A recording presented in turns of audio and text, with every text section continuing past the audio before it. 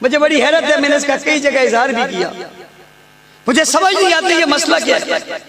ایک آدمی ابو بکر صدیق کی توہین کرتا ہے، یہاں تک کہ تکفیر کرتا ہے، اور تکفیر کرنے کے بعد ہمارے لوگ کہتے ہیں اس پر FIR کاٹو۔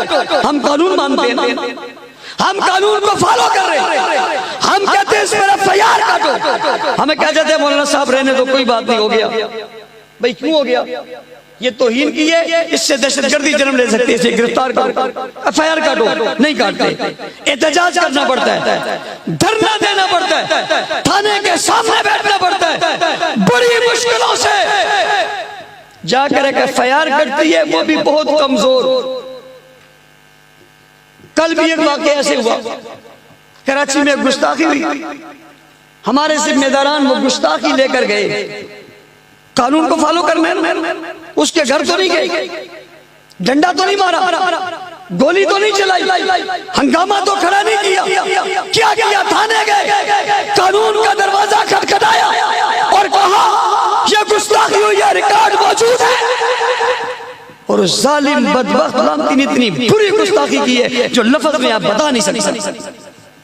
میں حیران ہوں تھانے کے SHO کا ایمان کہاں گیا، میں حیران ہوں DSP کا دین کہاں گیا۔ دیکھیے پاکستان اپنی جگہ، وردی اپنی جگہ، کیا یہ گستاخی ایمان کو نہیں جھنجھوڑ رہی؟ جن کی وجہ سے یہ کلمہ ہم تک ملا ان کی توہین ہو رہی ہے، کیا یہ بدترین ظلم نہیں ہو رہا؟ اس نے کہا کہ مجھے کچھ وقت چاہیے۔ پوچھا کیوں وقت چاہیے؟ اس نے کہا اس لیے کہ میں اوپر افسران سے معلوم کروں کہ FIR کاٹنی ہے نہیں کاٹنی۔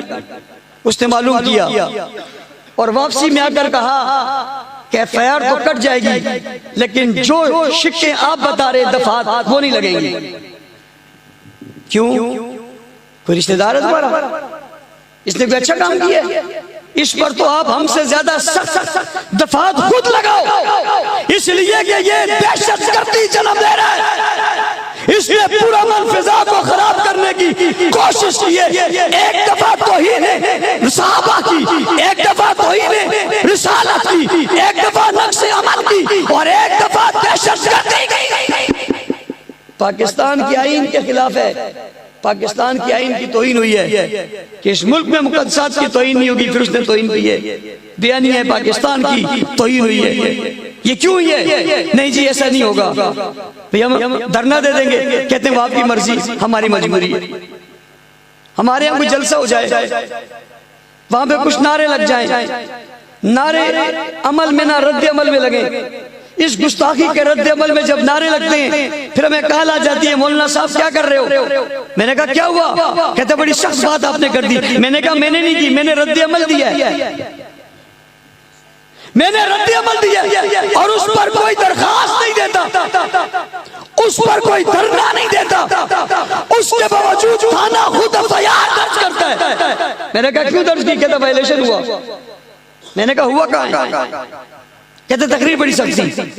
سوال پیدا ہوتا ہے ایک طرف گستاخی ہو گئی ہے FIR نہیں ہے، ایک طرف ہوئی نہیں وہاں FIR کیوں ہے؟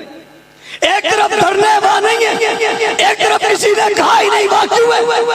ایک طرف دل آزاری جس کی ہوئی وہ بولا ہی نہیں، خود کو بولے، دوسری طرف جس کی دل آزاری ہوئی وہ بولا مگر پھر بھی FIR کیوں نہیں؟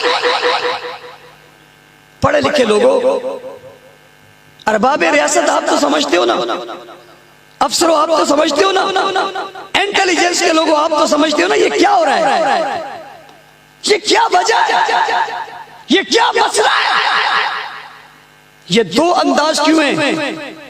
آپ کے وزیر اعظم نے کہا تھا دو پاکستان نہیں ایک پاکستان۔ یہ کیا کر رہے ہو؟ ایک کے لیے اور قانون ہے، دوسرے کے لیے اور قانون ہے۔ یہاں گستاخ کے لیے نرمی ہے اور گستاخ کو روکنے والے کے لیے سختی ہے۔ یہاں جو آدمی توہین کر کے آگ لگا رہا ہے اس کے لیے نرم گوش ہے، جو صاحب کو بجھا رہا ہے اس کے لیے سخت گوش ہے۔ یہ کیا ترتیب ہے؟ یہ کیا طریقہ ہے؟ کیا چیز جنم دینا چاہتے ہو؟ کس چیز کو ہوا دے رہے ہو؟